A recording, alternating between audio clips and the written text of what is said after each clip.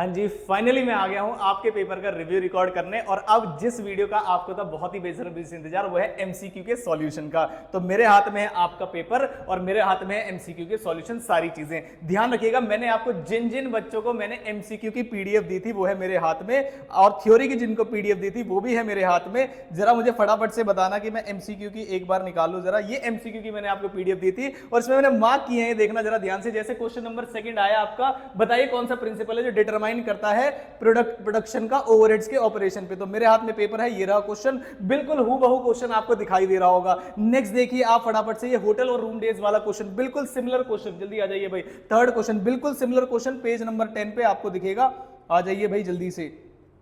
थोड़ा एक बार हिंट दे देता हूं आपको, फिर आगे चलता हूं मैं। जैसे जैसे जैसे आ जाओ भाई, रूम डेज वाला क्वेश्चन ये रहा, ये बिल्कुल रूम डेज वाला क्वेश्चन मैंने आपको लास्ट ही उसमें कराया था एमसीक्यू में, और सेम क्वेश्चन बिल्कुल आ गया, बस डिजिट अलग कर दी। और डिजिट काफी सारे केसेस में तो बिल्कुल भी डिजिट अलग नहीं हुई। जैसे पेज नंबर 20 पे क्वेश्चन नंबर 4 दिखाता हूं आपको, देखना जरा ध्यान से। पेज नंबर 20 पे क्वेश्चन नंबर 4, हमारा क्वेश्चन नंबर 4 जो पेपर का है वो क्या है, जरा ध्यान से देखिए। क्वेश्चन का पेपर क्वेश्चन नंबर 4 है ओवरहेड अपॉर्शनमेंट वाला। तो मैं दिखाऊं हमारी पीडीएफ में क्वेश्चन नंबर पेज नंबर 20 पे ये आएंगे हम, जल्दी से आ जाओ भाई। पेज नंबर 15 पे भी देखिए आप, क्वेश्चन नंबर 6 थे, बिल्कुल ऐसा है। इनपुट आउटपुट वाला एक क्वेश्चन कराया था मैंने आपको, सेम डिट्टो क्वेश्चन आपके एग्जाम में आया है। लेकिन अभी मैं जा रहा हूं पेज नंबर 20 पे, और पेज नंबर 20 पे और एक थ्योरी का भी क्वेश्चन यहां से आया था, ये देखिए, जिसमें ओवरहेड अपॉर्शन वाला क्वेश्चन था ये, जिसमें बताना था आपको methods of dealing with the overheads which involve spreading of common cost over the cost centre, जिसका बेनिफिट डिराइव होगा। और ये रहा हमारे पास इसका क्वेश्चन नंबर 1 का आंसर। तो काफी सारे एमसीक्यूज थे जो डिट्टो हूबहू सेम आए। ऐसे ही कुछ थ्योरी के क्वेश्चन भी थे जो कि मैंने आइडल टाइम वगैरह आपके में लगाया था। थ्योरी के भी मेजॉरिटी क्वेश्चन जो है हमने जैसे पढ़ाया था तो वैसे ही आया। तो फटाफट से बिना किसी देरी के वीडियो करता हूं शुरू। ध्यान रखिएगा, अगर आपने इस पूरी पढ़ाई के दौरान इस चैनल पे क्या नाम है बेनिफिट्स लिए हैं, तो 500 लाइक्स का मैं टारगेट रखता हूं इसका, और आई होप आप इसे बहुत जल्द कंप्लीट करा देंगे। 500 लाइक्स आपको कराने ही कराने हैं, अगर आपको ये सारी एमसीक्यूज और थ्योरी जो है आपको अच्छी लगी होगी। अपना जो स्कोर है, जैसे मैं आपको एमसीक्यू का सॉल्यूशन बताऊंगा, अपना जो स्कोर है वो कमेंट बॉक्स में कमेंट करके मुझे जरूर बताइएगा कि आपका स्कोर क्या रहा, और क्या आपने वो वीडियो देखी थी एमसीक्यू की और थ्योरी की। थ्योरी भी मैं मैच कराऊंगा, और सुपर 40 कुछ क्वेश्चन दिए थे वो भी आपके एग्जाम में आए थे। तो वीडियो को बिना किसी देरी के शुरू करता हूं। ग्रुप 2 के, अगर आपको ग्रुप 1 में अच्छा लगा हो, ग्रुप 2 की क्लासेस अगर मुझसे बाय करनी हो, तो मैनेजमेंट अकाउंटिंग और फाइनेंशियल मैनेजमेंट मैं पढ़ाता हूं आपको। ऑलरेडी बहुत सारी वीडियोस में नंबर मैंने ऑलरेडी बता दिया है, एक बार फटाफट से लिख देता हूं। एग्जाम्स के दौरान अगर आप या इसी एग्जाम वीक में आप हमसे खरीदेंगे तो 70% ऑफ चल रहा है, और 30% प्राइस पे आप क्लासेस को ले सकते हैं अगले अटेम्प्ट के लिए। मैनेजमेंट अकाउंटिंग के लिए, ग्रुप 1 के लिए, जिस भी चीज के लिए आपको खरीदनी है सब मुझसे पूछ लीजिएगा। तो चलिए वीडियो को शुरू करते हैं।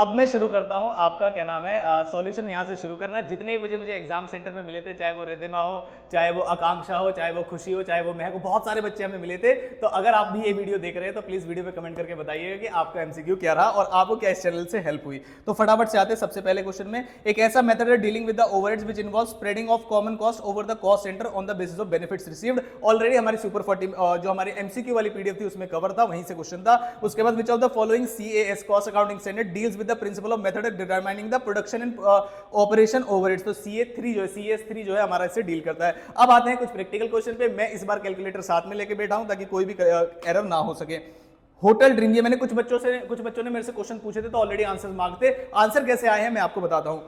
एक होटल है जो 250 रूम है, 70% नॉर्मली ऑक्यूपाइड है, समर में 40% ऑक्यूपाइड है।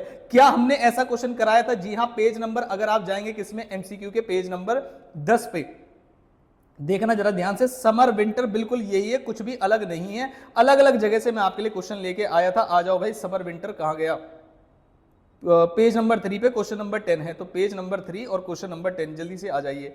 क्या ये क्वेश्चन मैंने आपको कराया था? जरा ध्यान से बताना। एक होटल है, 100 रूम से 80% है, 80 की जगह हुआ 70 और 25 की जगह हुआ 40। समर 30 डेज 6 मंथ, सब कुछ बिल्कुल इसी तरीके से लिखा हुआ। और आई होप जो बच्चे उस क्वेश्चन को करके गए इसको भी आराम से कर देंगे। तो चेक करते हैं हमारे पास कितने रूम्स थे। हमारे पास 250 रूम्स थे। 250 रूम्स की जो ऑक्यूपेंसी थी वो थी 70% की, और उसमें नॉर्मली जो है 6 महीने का टाइम है हमारा, और 1 महीने में 30 दिन होते हैं। ठीक है, ये हमने कैलकुलेशन की समर की। अब आते हैं विंटर पे।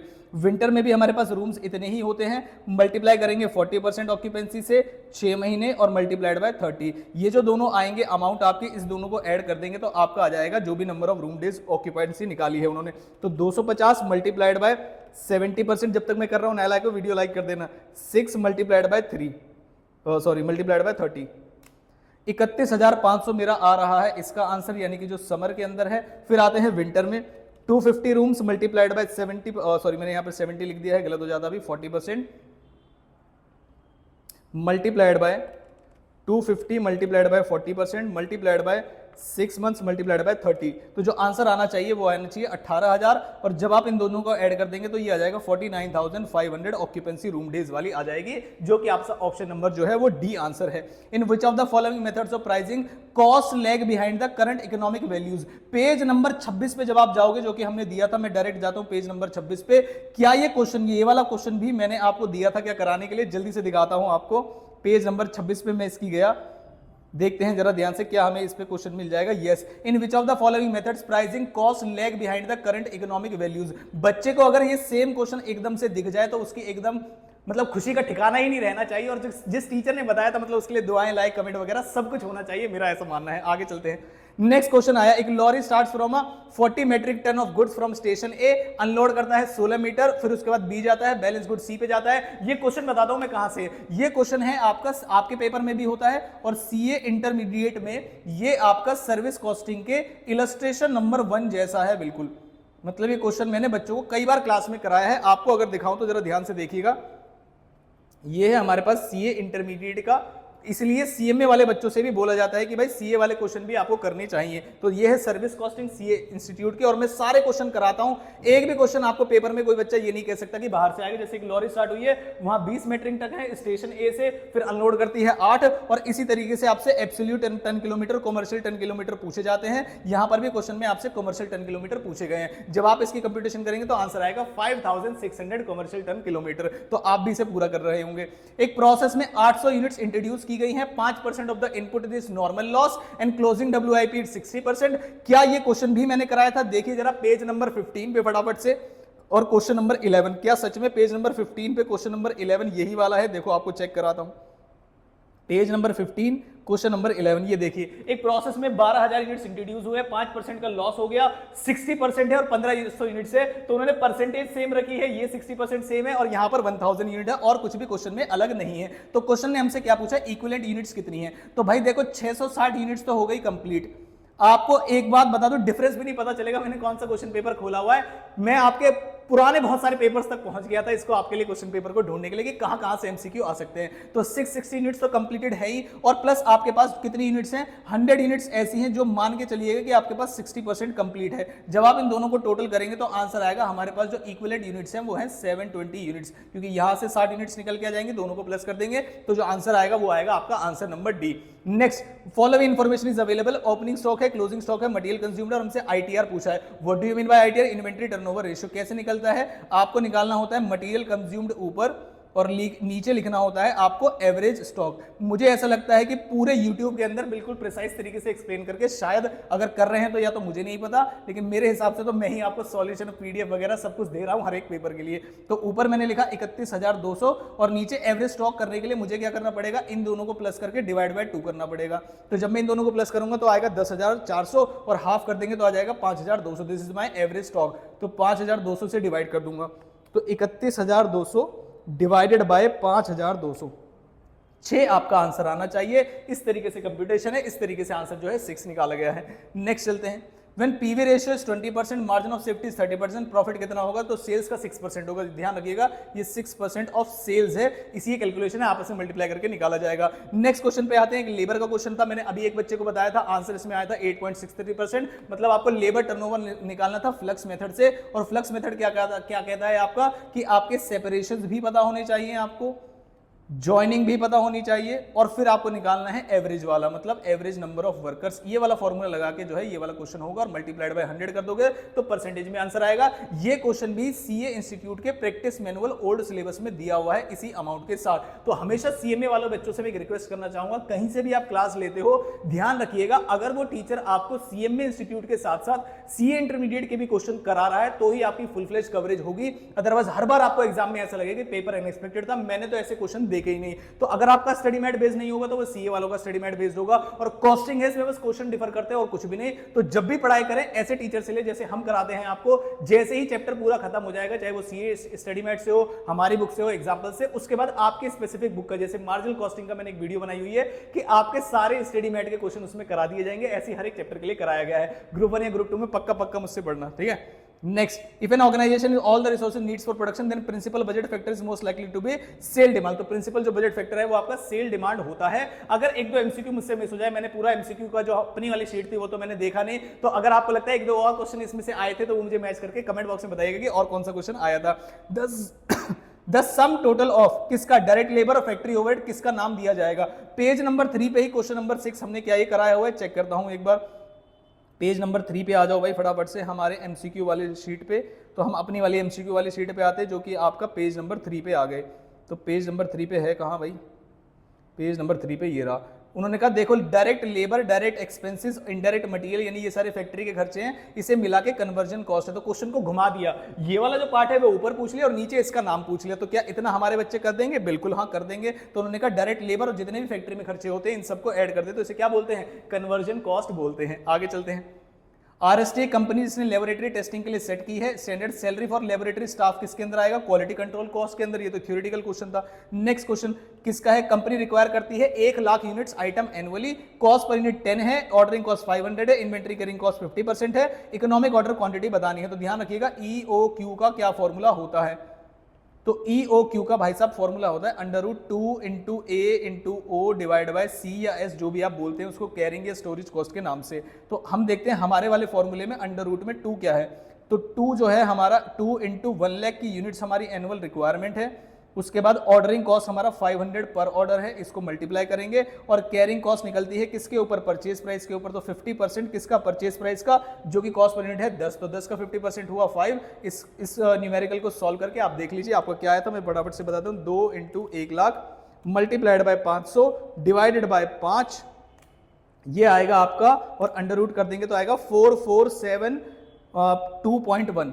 तो ये जो आएगा ये आएगा 4472.1, सॉरी 4472.1 यूनिट्स। ये आंसर आना चाहिए आपका, और मेरे ख्याल से यही आंसर आपने लगाया होगा, बिल्कुल पॉइंट वाली चीज को इग्नोर करते हुए। Next, when the following method is used, equivalent of equivalent production when prices are fluctuating in the market। तो कौन सा मेथड यूज करना चाहिए, वेटेड एवरेज मेथड। ये भी एक थ्योरी क्वेश्चन था। उसके बाद लास्ट क्वेश्चन आता है आपका, लास्ट क्वेश्चन किससे था, ये आपका लास्ट क्वेश्चन था वेरिएंस से। आप एक बार कंप्यूट कर लीजिएगा, हर एक टीचर अलग अलग तरीके से वेरिएंस कंप्यूट कराता है, आप अपने तरीके से वेरिएंस कंप्यूट कर लेगा। हमारे हिसाब से जो आंसर आ रहा है वो आ रहा है 2850। आप चेक करिएगा आपका क्या आंसर था, और यहां पर हो जाते हैं हमारे सारे एमसीक्यूज खत्म। एक एक बच्चा मुझे कमेंट बॉक्स में बताया कि उसके एमसीक्यूज कितने सही रहे और उसके पेपर ओवरऑल कैसे गए। आई होप आपकी बहुत सारी हेल्प हुई होगी। लाइक वाला टारगेट हमारा पूरा करा देना। सेक्शन बी का सॉल्यूशन जब आप बोलोगे आप मुझे बताना कमेंट बॉक्स में कि क्या आपको सॉल्यूशन चाहिए, क्योंकि अब पेपर हो चुके हैं खत्म, और कोई भी डर नहीं है कि अगर पूरा सॉल्यूशन अपलोड कर दूं तो कोई बच्चे का दिमाग खराब हो जाएगा, मेरा पेपर खराब गया कुछ। तो आप बताइएगा कि क्या आपको फुल फ्लेज सॉल्यूशन चाहिए अपने एग्जाम्स के। तो मैं आपके लिए टेक्स्ट का, कॉस्ट का, सभी का सॉल्यूशन जितना पॉसिबल पहुंच सकेगा पूरा पेपर एक पीडीएफ में सॉल्व करके आपके लिए लेके आऊंगा। तो अगर आपको डिमांड होगी तो बताना। और सेक्शन बी में भी मैं आपसे कुछ बातें करना चाहता हूं कि क्या हमारी सुपर 40 से क्वेश्चन आए थे। तो जल्दी से कुछ क्वेश्चन मुझे पता है कि जो हमारी सुपर 40 से आए हैं, जैसे क्वेश्चन नंबर 3 का ए पार्ट है, ये आपका ओवरहेड डिस्ट्रीब्यूशन से है। ये ओवरहेड डिस्ट्रीब्यूशन का जो क्वेश्चन है ये हमारी सुपर 40 की पीडीएफ है, जो कि आप सभी के पास अवेलेबल है। क्वेश्चन के लिए जो मैंने बनाई थी ये रही सुपर 40। इसमें अगर मैं ओवरहेड चैप्टर निकालूं जरा फटाफट से, ये रहा ओवरहेड चैप्टर। और ओवरहेड चैप्टर में जैसे ही मैं क्वेश्चन निकालूंगा जरा ध्यान से देखिएगा, ओवरहेड ये वाला क्वेश्चन देखिए आप। क्वेश्चन नंबर इलस्ट्रेशन नंबर 4 जो आईसीआई के स्टडी मेट में दी हुई है, इसमें कुछ खर्चे दिए हुए हैं जो कि आपके पेपर में ऑलरेडी निकाल के दिए हुए हैं, और बस इतना बोला है कि सर्विस डिपार्टमेंट एक्स और वाई का ABC XY का क्या रेशियो रहेगा। बिल्कुल हूबहू क्वेश्चन आपको यहां पर दिखाई दिया।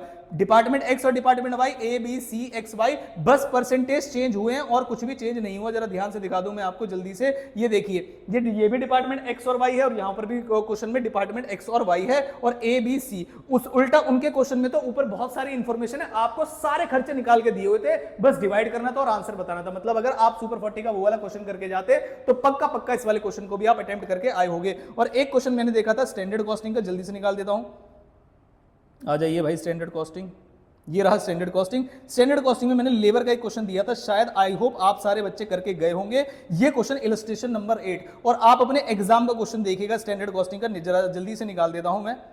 बाकी तो इजी क्वेश्चन थे, मुझे नहीं लगता कि कोई भी दिक्कत वाली बात है। देखिए जरा ध्यान से, यहां पर क्वेश्चन में क्या क्या गिवन है, standard number of workers given है और actual number of workers given है और उनका आर्ली रेट स्टैंडर्ड का भी है, एक्चुअल का भी है। जरा ध्यान से देखिएगा, standard number of workers given है, actual number of workers given है, स्टैंडर्ड का वेज रेट गिवन है और एक्चुअल आर्ली रेट गिवन है। यहां पर जो वर्कर्स है उसकी कैटेगरी है सेमी स्किल्ड, स्किल्ड और अनस्किल्ड वाले तरीके से, और वहां पर जो वर्कर की जो कैटेगरी है वो है grade P, grade Q, grade R. और पूछने का तरीका देखिएगा, पहले पे cost variant then rate variance. आप इस वाले क्वेश्चन में आ जाइए, पहले पे cost variant then rate variance, उसके बाद कुछ एफिशिएंसी वेरिएंस वगैरह उन्होंने पूछे हैं, एफिशिएंसी और ये सारी चीजें।